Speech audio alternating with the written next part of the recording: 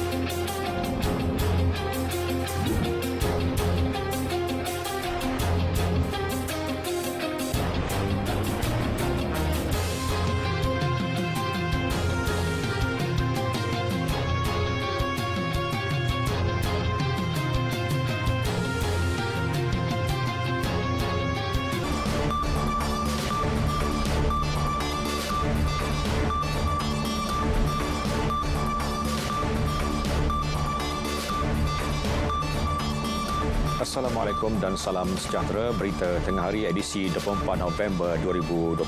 Saya Muhammad Shah Musa. Berikut tumpuan utama hari ini. Perbincangan Raja Raja Melayu selesai.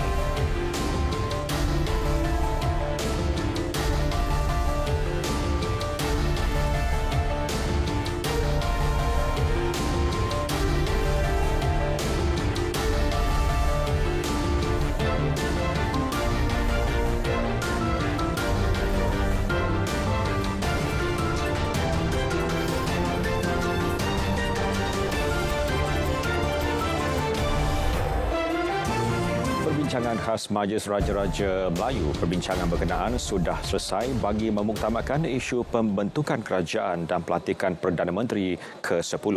Laporannya bersama wartawan Mohan Jinasami di Pintu 1 Istana Negara. Silakan.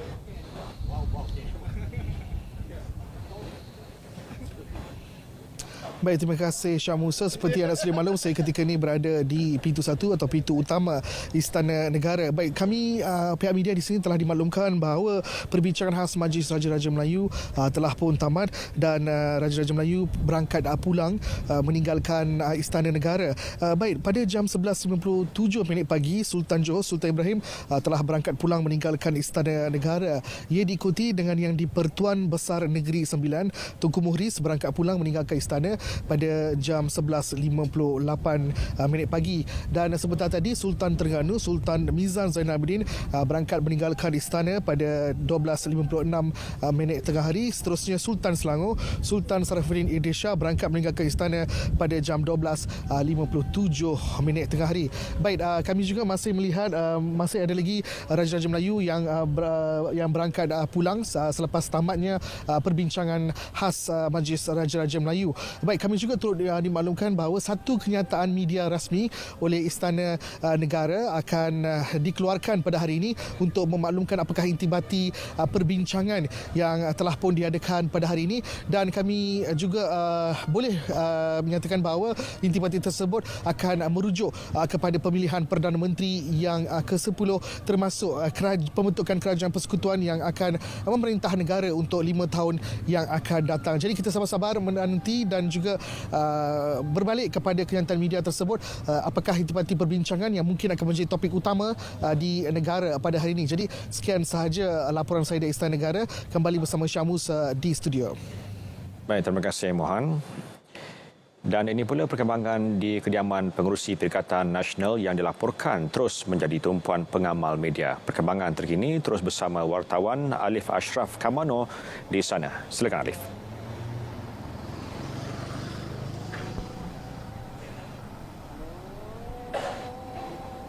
Ya, baik, terima kasih Syah Musa di Angkasa Puri, dan bagaimana anda boleh lihat di belakang saya ini, pengamal media masih lagi terus setia di kediaman pekarangan Tan Sri Muhyiddin Yassin bagi memberikan maklumat situasi politik negara ketika ini. Dan apa yang boleh saya katakan sejak daripada pukul 8 pagi tadi, pengurusi PN itu masih lagi tidak membuat sebarang pergerakan sejak daripada pukul 8 pagi tadi. Dan apa yang boleh saya kongsikan dari 9.25 pagi tadi juga, kelihatan kenderaan jenis Lexus berwarna putih yang dipandu sendiri pengurusi PN iaitu Datuk Seri Ahmad Faizal Azumu tiba ke kediaman Tan Sri Muhyiddin dan sehingga kini masih lagi belum kelihatan keluar dari rumahnya. Selepas itu pukul 10.17 pagi kelihatan 5 kenderaan jenis Toyota Velfire turut memasuki kediaman Tan Sri Muhyiddin Yassin, dan berselang 4 minit selepas itu juga kenderaan jenis Toyota Velfire berwarna putih membawa ahli majlis pimpinan tertinggi Parti Pribumi Malaysia iaitu Datuk Seri Muhammad Rizwan Mat Yusof, dan turut hadir pada pagi ini Menteri Besar Terengganu Datuk Seri Dr. Ahmad Samsuri Mokhtar yang tiba pada pukul 10.25 pagi sebelum disusuli selepas itu Ketua Sri Kandi Parti Pribumi Bersatu Malaysia Datuk Seri Rina Harun. Jadi setakat itu saja perkembangan yang dapat saya kongsikan di Bukit Damansara. Teruskan kesetiaan anda bersama kami kerana kami akan membawakan perkembangan dari semasa ke semasa, dan seterusnya kita akan ke Lily untuk mendapatkan maklumat selanjutnya. Teruskan Lily.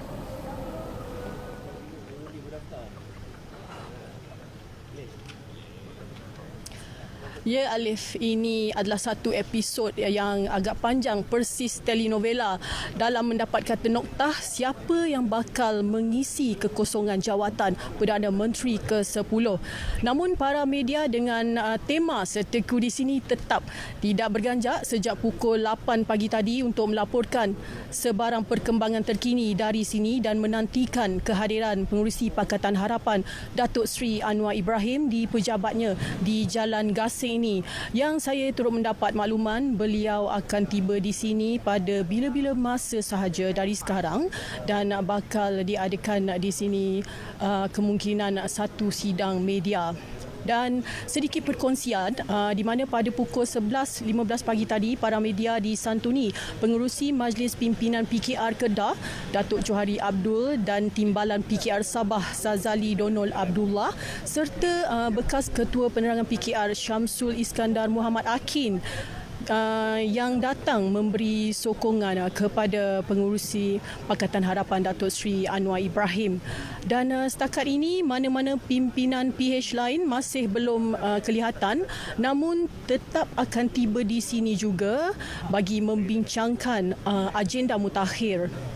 Dan saya kira yang terkini itu saja yang dapat saya kongsikan buat waktu ini kepada anda, dan pastinya akan hadir lagi dengan apa jua perkembangan terkini di sini insya-Allah.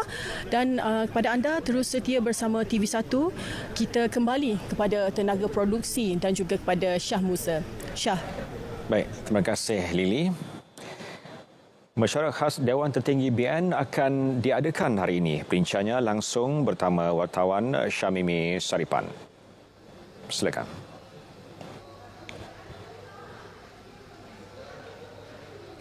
Baik Syah, setakat jam 1 tengah hari ini WTC masih lagi lengang tanpa melihat kelibat mana-mana pimpinan tertinggi Barisan Nasional.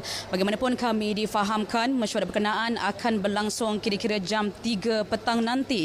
Agenda mesyuarat hari ini juga dijangka bakal membincangkan keputusan daripada Majlis Kerja Tertinggi UMNO yang menyokong kerajaan perpaduan.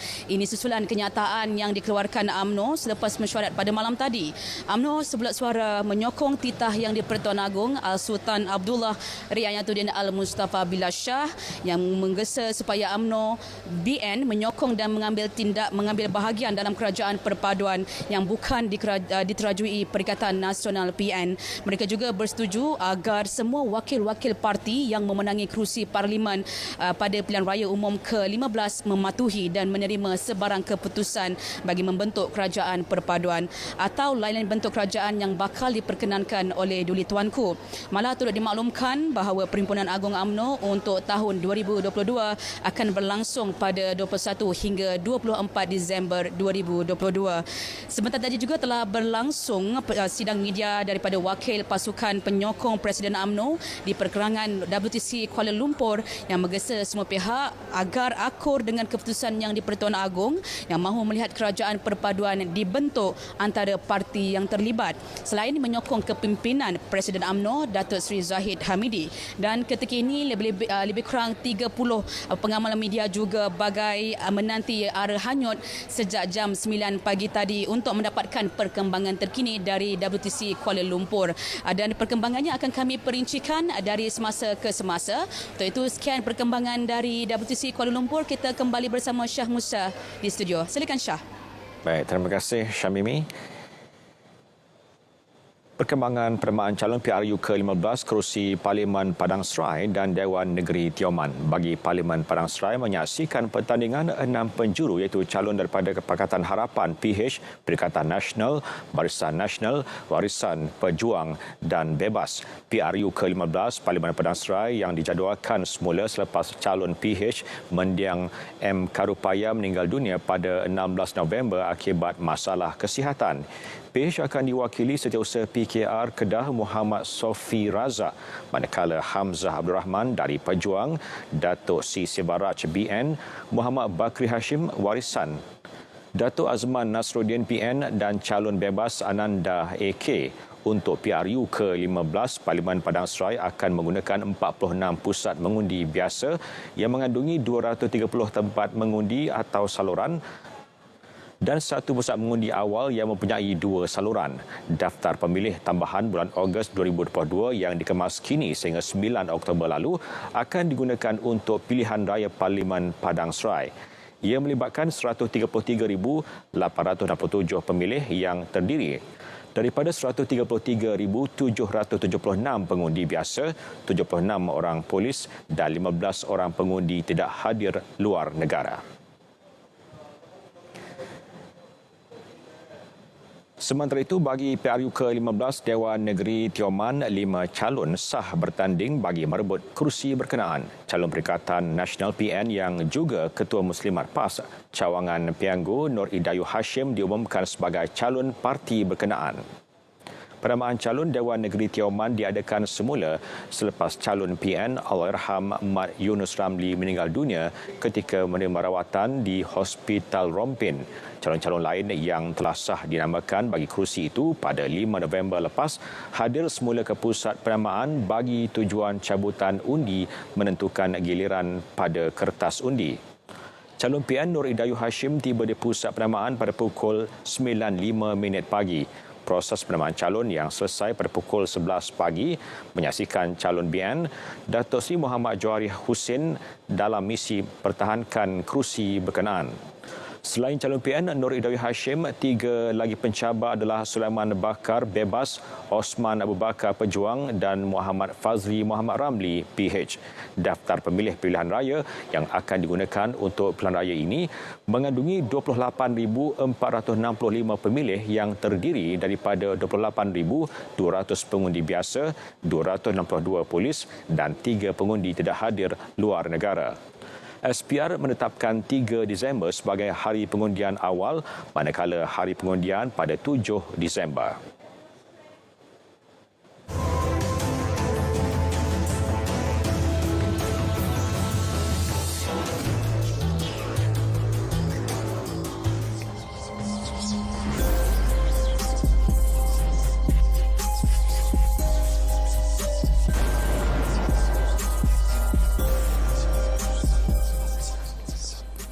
Semua individu berisiko mengalami masalah kesihatan mental termasuk kemurungan. Saya, anda, kita tidak terkecuali. Apatah lagi dalam keadaan stres yang melampau dan berjauhan dengan keluarga. Ingat, sekiranya kemurungan ini tidak dirawat dengan baik, ianya boleh mengundang kemudaratan termasuk tingkah laku bunuh diri. Ambil peduli, kita mampu mengubahnya.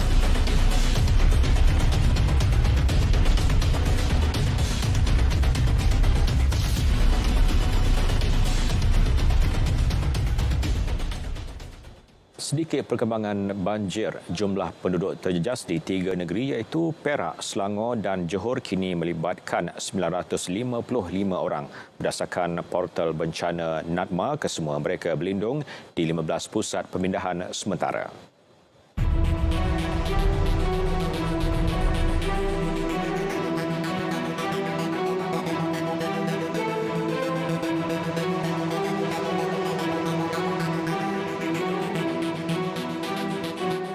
Terminal feri penumpang Kuala Kedah antara lokasi yang terjejas berikutan fenomena air pasang besar awal pagi tadi. Kenakan air pasang yang dicatatkan ialah 2.90 meter. Pegawai Pertahanan Awam Daerah Kota Star, Kapten Nolizawati Ismail menerusi kenyataan berkata, berdasarkan pemantauan dari pukul 12.30 tengah malam hingga 2 pagi, paras tertinggi air pasang yang dicatatkan ialah 2.95 meter. Lokasi yang mengalami sedikit kenaikan paras air berikutan fenomena itu ialah Taman Sri Putra Kuala Kedah, Pasar Kota Marina dan Pekan Kuala Kedah. Bagaimanapun, tiada rumah dan premis perniagaan terjejas. Keadaan adalah terkawal dan tidak menjejaskan aktiviti setempat. Air pasang besar bermula hari ini sehingga Sabtu ini.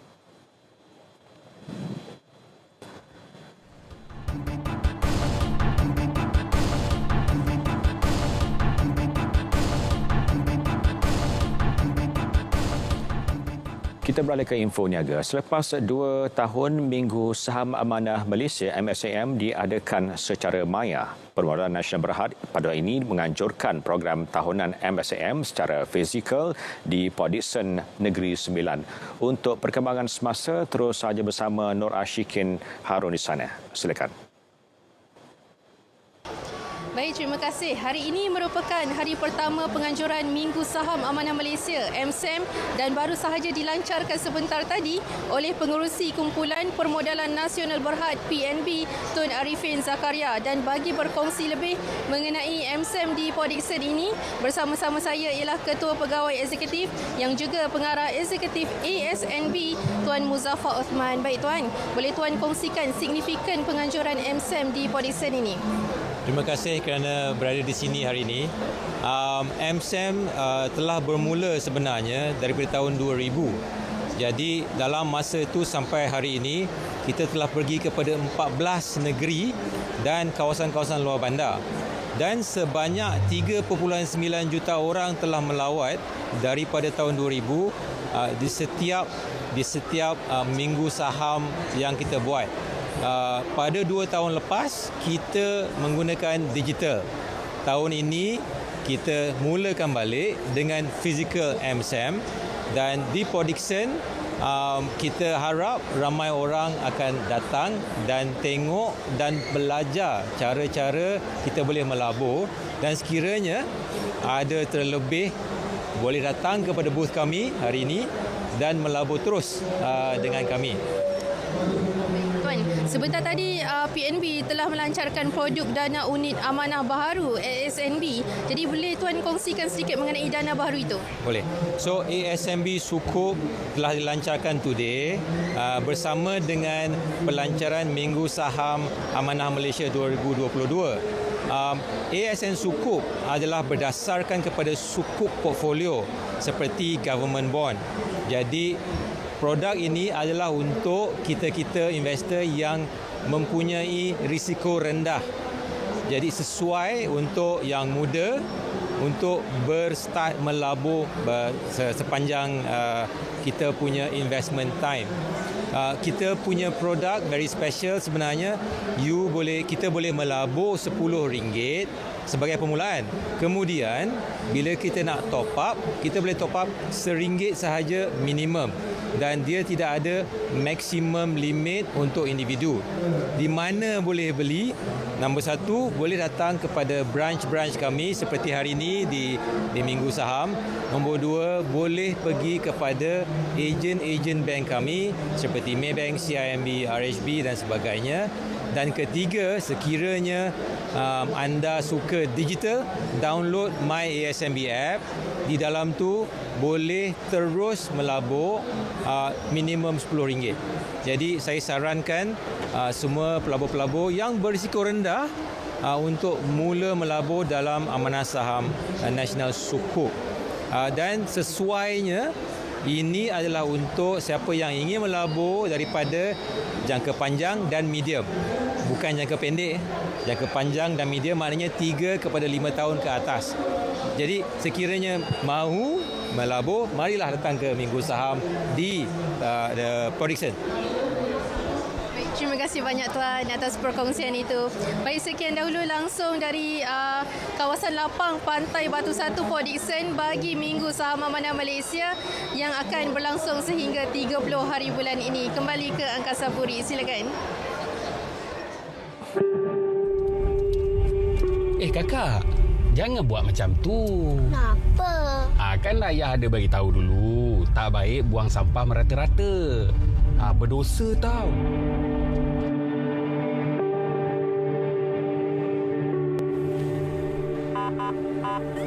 Kena dah. Saman ni. Tuan. Apa pagi, Cik? Minta IC, Cik? Boleh. Kesalahan lampu merah, Cik. Tuan, Tuan, kau timah sikit, Tuan. Ayah, janganlah macam tu. Itu kan rasuah. Berdosa tau. Betul apa yang nak Cik cakap. Jangan lama macam tu, Cik. Ni saman. Maaf, Cik. Hati-hati madu, Cik.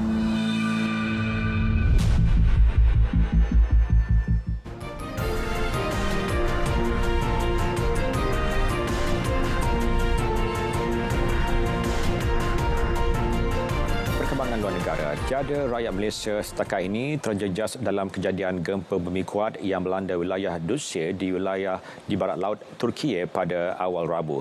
Menurut Kementerian Luar, dalam satu kenyataan, Kedutaan Besar Malaysia di Ankara dan Konsulat Jeneral Malaysia di Istanbul akan terus memantau keadaan dan akan sentiasa berhubung dengan pihak berkuasa tempatan untuk mendapatkan maklumat terkini. Sementara itu, Malaysia mengucapkan takziah dan simpati kepada kerajaan dan rakyat Turkiye serta mereka yang terjejas akibat gempa bumi berukuran 5.9 pada skala Richter itu. Seramai 93 mangsa dilaporkan cedera dan menyebabkan kerosakan teruk pada infrastruktur. Warga negara Malaysia di Turkiye, khususnya di Dushe, dinasihatkan supaya mengambil langkah berjaga-jaga dan sentiasa mengikuti perkembangan terkini serta mematuhi nasihat pihak berkuasa tempatan.